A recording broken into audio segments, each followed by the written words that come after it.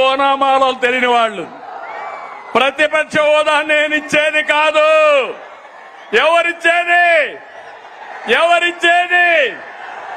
చెప్పండి. మీరిచ్చేది ప్రతిపక్ష హోదా. ముఖ్యమంత్రి పదవి ఎవరిచ్చారు? నాకు ఎవరిచ్చారు? తమ్ముళ్ళు, మీరందరూ కలిసి ఆ నాయకుడికి ఒక క్లాస్ తీసుకోవాలా?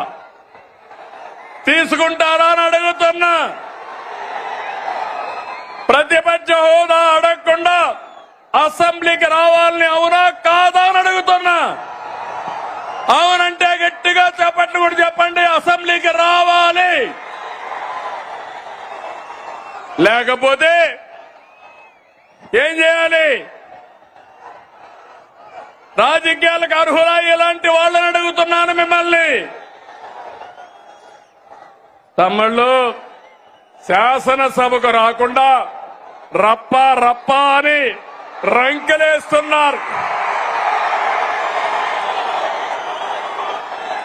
తీరు మారిందా అని అడుగుతున్నా మిమ్మల్ని. రప్ప అంటే ఇక్కడ చూస్తూ ఊరుకో ఉండడానికి, ఇక్కడ ఉండేది సిబిఎన్ పవన్ కళ్యాణ్.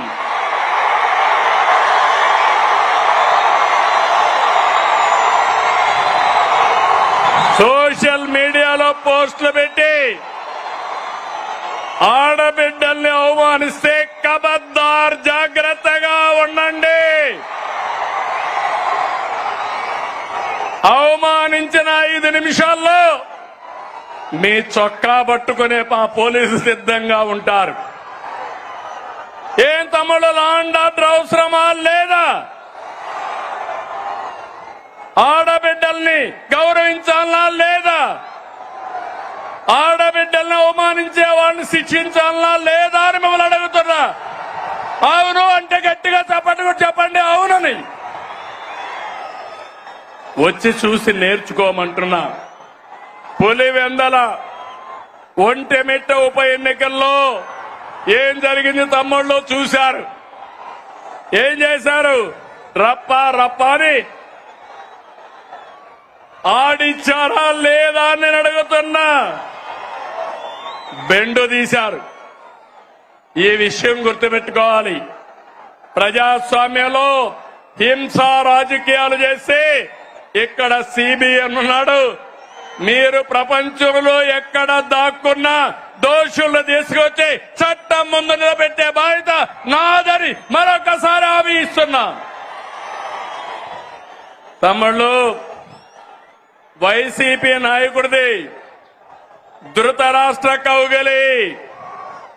ఎవరైనా పొరపాటున ఫేక్ మాటలు నమ్మి యామారితే ధృతరాష్ట్ర కౌగిలికి బలైపోతారు. 5 ఏళ్లు అయిపోయామా లేదా అని మిమ్మల్ని అడుగుతున్నా. 5 ఏళ్లు మీ ముఖంలో నవ్వు చూసావా అని అడుగుతున్నా. ఈరోజు స్వేచ్ఛనిచ్చామా లేదా అని మిమ్మల్ని అడుగుతున్నా. అవునంటే గట్టిగా చెప్పండి అవునని. తమ్ముళ్ళు, రాయలసీమ తెలుగుదేశం ఆవిర్భావంతోనే సీమ ప్రజల జీవితాల్లో మార్పు వచ్చింది. సీమ ప్రజల జీవితాలు మార్చేందుకు సాగునీటి ప్రాజెక్టులతో ప్రారంభించిన ఏకైక నాయకుడు ఎవరు తమ్ముడు అని అడుగుతున్నా. నందమూరి తారక రామారావు గారు. అవునా కాదా? అవును అంటే గట్టిగా చెప్పట్లు కూడా చెప్పండి అవునని. హంద్రీ నీవా, గాలేరు నగరి, తెలుగు గంగా తెలుగుదేశం పార్టీ హయాంలో వచ్చాయి. సీమ పల్లెల్లో ఫ్యాంక్షన్ అంతం చేసిన, సీమకు నీళ్లు ఇచ్చిన ఆ ఘనత మనది.